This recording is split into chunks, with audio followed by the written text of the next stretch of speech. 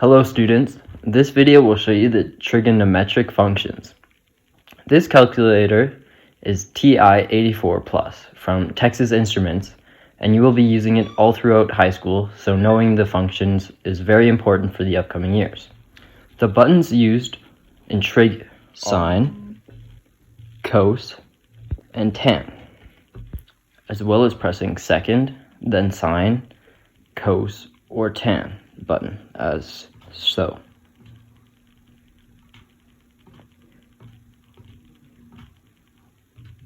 There. To find the length of a certain side using sine, you type the value for the hypotenuse and then multiply that by sine, and then brackets will show up, and then you will put in the value of the degree, then bracket. The value that comes out will be for the opposite side of where the angle is. Here's an example using 16 as a hypotenuse, and then times sine, and then with the degree of 4 to get this certain length.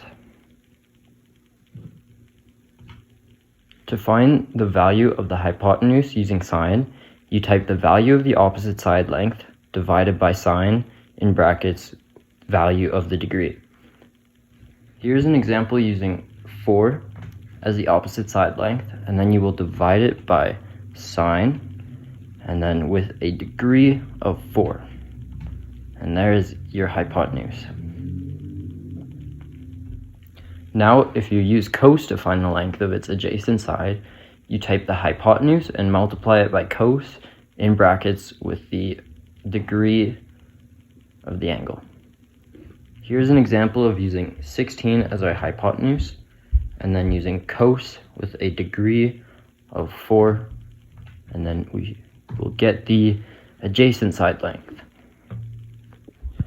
To find the value of the hypotenuse using cos, you type the value of the adjacent side length, then divide it by cos in brackets with the degree of the angle. Here's an example using 4 as our adjacent side, and then dividing it by cos times a degree of 4 again. And this is our hypotenuse length. Now, if you use tan to find the length of its adjacent side, you type the value of the opposite side and divide it by tan, and then with the value of the degree in brackets. Here's an example of using 16 as our opposite side, and then dividing it by tan with an angle of 10. And we should get our adjacent side.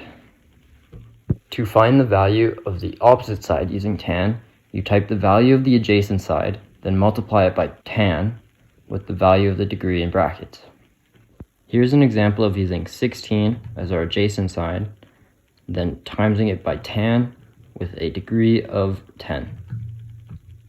And that will be our opposite side length. To find the angle using sine inverse, you will have to do sine inverse with opposite side over hypotenuse in brackets. Here's an example of using sine inverse with 10 as the opposite side, then dividing it by 15 as the hypotenuse. And there's your degree. To find the angle using cos inverse, you will do cos inverse of the adjacent side divided by the hypotenuse. Here's an example of using cos inverse with the value of 10 as the adjacent side, dividing it by 15 as the hypotenuse. And there's your value of the degree. To find the value of the degree using tan inverse, you will do tan inverse of the opposite side divided by the adjacent side. Here's an example of using tan inverse of the opposite side length of 10 divided by the adjacent side of 15, and you will get your angle. Make sure you are in degree mode, as you won't be using radians until grade 12. You can do that by looking at mode and then down to degree right there.